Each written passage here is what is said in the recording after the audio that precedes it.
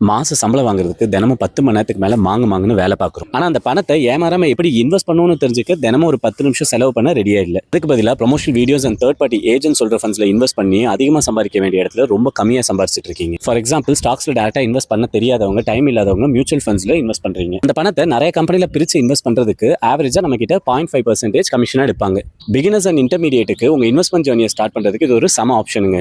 உங்க ரிஸ்க்கு ஏற்ற மாதிரி எந்த ஃபண்ட்ல இன்வெஸ்ட் பண்ணணுங்கிறது ரொம்ப சிம்பிளான விஷயங்க. கொஞ்சோண்டு படிச்சீங்கன்னா நீங்களே செமையா இன்வெஸ்ட் பண்ணிடலாம். ஆனா ஏகப்பட்ட பேர் தேர்ட் பார்ட்டி ஏஜென்ட்ஸ் மூலியமா தான் இன்வெஸ்ட் பண்றீங்க. 0.5% கமிஷன் கொடுக்க வேண்டிய இடத்துல 1.5க்கும் மேல கமிஷன் கொடுத்துட்டு இருக்கீங்க.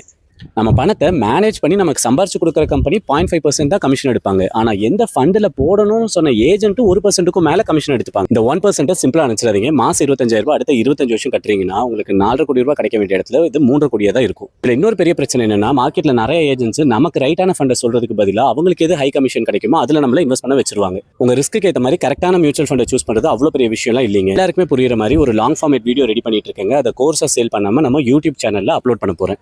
நம்ம யூடியூப் சேனலோட லிங்க் மேலே கொடுத்துருக்கேங்க. சப்ஸ்கிரைப் பண்ணி சப்போர்ட் பண்ணுங்க. ஒரு 10,000 பீப்புளுக்கு மேலே சப்ஸ்கிரைப் பண்ணி சப்போர்ட் பண்ணீங்கன்னா இந்த மாதிரி ஒவ்வொரு டாப்பிக்கும் லாங் ஃபார்மேட் வீடியோவை கோர்ஸாக சேல் பண்ணாமல் ஃப்ரீயாக அப்லோட் பண்ணுறதுக்கு எனக்கு ஒரு மோட்டிவேஷனாக இருக்கும்.